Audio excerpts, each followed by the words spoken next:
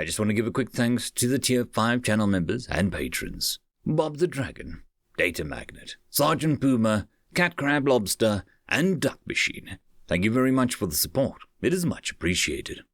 Blood for Blood, written by a glass of whiskey. 1 foot on foreign soil for a trick deer. A small step for the individual, but a huge step for the collective.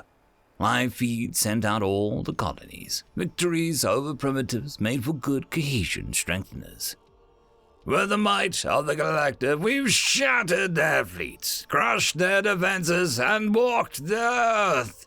Today is a historic day. What's that? A rustling in the bushes was heard. Orbital bombardment had been harsh and thorough. Viruses and other engineered diseases should have cleansed the rest.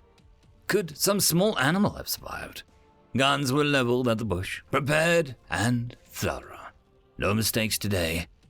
Should we continue with the broadcast? Ah, yes, today is a story. What in the ever-living hell? Not the bush, but from the other side, an oversized wolf sprang forth, lifted the first man within its reach, and ripped into him with 2 massive claws. Weapons readied, refocused on the creatures, blazing their fire straight into it, until the guns clicked empty, magazines having run out. When the dust settled, it was wounded, but not dead. It stumbled forward and bit until it fell. Another great victor! With a hush, the reporter was silenced, throat cut open. A strange man, pale with dark hair, stood with red eyes staring into the camera. Greetings, friends. You who have come to play. Killing the humans was only your first mistake. The view cut into a static, but screams could be heard. Cohesion of the collective was reduced. What in the hell happened to the life crew? Some lone survivors managed to ambush them. Sloppy. I'll make sure the commander who trained them is punished. What was that? Humans? Maybe. But the humans should be gone. And anyway, they could not go through our harbor without heavy weaponry. Maybe some experimental war unit. If so, they should be few in numbers. Some additional orbital bombardment have been authorized. Then we invade with full force. That should do it, the Admiral thought, if it was like anything that they had fought before. Troop transports with a flag of unity and a collective surge down towards the planet below. With directed orbital support, any experimental units would be bombarded by steel rods from their elevated positions. Nothing would survive. As troops landed and spread out, emptiness was all they found. No sound of birds or creatures could be heard. Only wind and waves when close to the sea. Are they hiding? Well, it was fine. They could easily take care of whatever was found. First cave was entered on the second day. A full troop walked in. No one walked out. Orbital strikes were made against the mountain, slamming into it over and over until there was rubble. 1 down, maybe 10 more to go. The humans had never given any hints about these capabilities. Probably a last-ditch effort.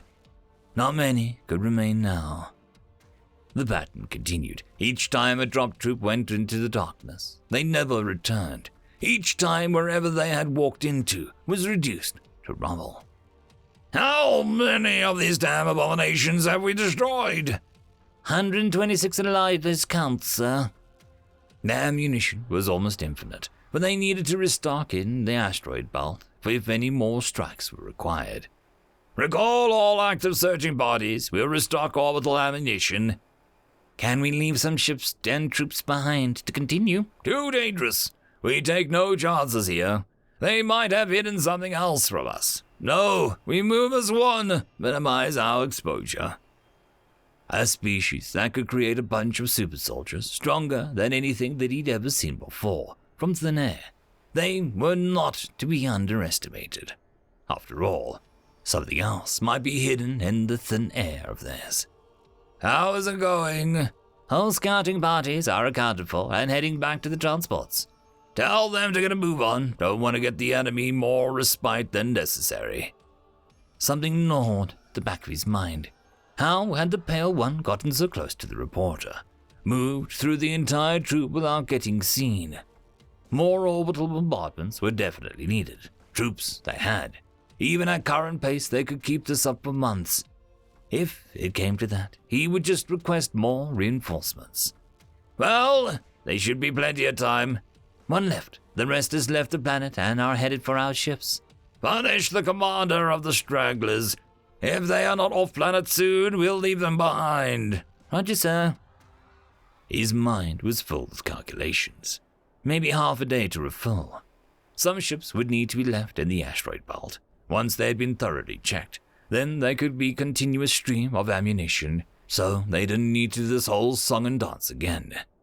High ground was truly the ultimate advantage. As long as you were careful, no primitive could touch you. Is every transport secured? Yes, sir. All ships have received their transports. Excellent! And full speed for the asteroid belt. Run scanner at full power. I do not want any surprises. We can grab some fuel while we're out there, so don't skimp on it. Roger, sir. Asteroid belt soon came into view. With this, they had all the resources they could ever ask for. He almost felt sorry for the super soldiers. No matter how super, steel rods from the sky killed them just the same. All right, calling from all ships. What's their status? Nothing had been detected by the full power scan. If the human had prepared something nasty, it wasn't here. I'm not getting any responses. Is our comlink down? No. Checking against their computer returned positive. It's just, no one's picking up. Hello, good sirs. The voice was cold and empty, coming from just behind. Turning around, pale skin and red eyes filled his mind. What? How? You? His brain started forward. Oh, little captain, so clever and smart. Did you think that we did not attack your troops in the open, cause that we could not take them out? A deep, rhythmic sound emerged from the pale abomination. Every strand of his body stood at the ready. He reached for his gun. Oh, little captain, I'm afraid that this is the end. It was fun to play while it lasted. Uniting werewolves and vampires is not an easy thing. My congratulations on your success. He had to stop them now. No telling what these madmen would do once they had control over his fleet. Releasing the safety slowly, he pulled the gun out of his holster and fired straight at the head. Hit it. He was dead. The corpse falling backwards, blood spilling out from its neck. Open fire at all friendly ships. Destroy them! Looking over at his second-in-command, laying in a pool of red. Oh no, little captain. We can't have that. His eyes expanded. It couldn't be true. He looked down at the no longer headless pale man. Slowly, the man raised himself. Deliberation and purpose with every step. How else are we going to continue to play? After all, the humans are gone. What should we dine on now? But then again, to you, we're all humans, he said as he stood up straight. The humans are dead. Long live the humans. From the pale man, a deep rumble filled the air. Aiming at the red eyes, he pulled the trigger again and again. His eyes widened in shock, breathing shallow and fast, heartbeats threatening to rip him apart. When empty clicking was all that he could hear, a deep rumbling again filled the air. Oh, you're a funny little admiral there. You will be the last, after all. We do need a little Scrabble snack to keep up the blood, don't we? With his mind as in a trance, he kept pulling the trigger. Click, click, click. Jolted awake, as if from a deep sleep, he looked down and reached for the new magazine. My apologies, Admiral, but playtime is over. A deep pain in his neck. His vision narrowed. Body felt heavy. Don't worry, there will be plenty of time to play. Later. Deep rumbling again filled his ears as he drifted into the red-eyed nightmares. End of story. And that, my friends, concludes this video. I hope that you enjoyed, and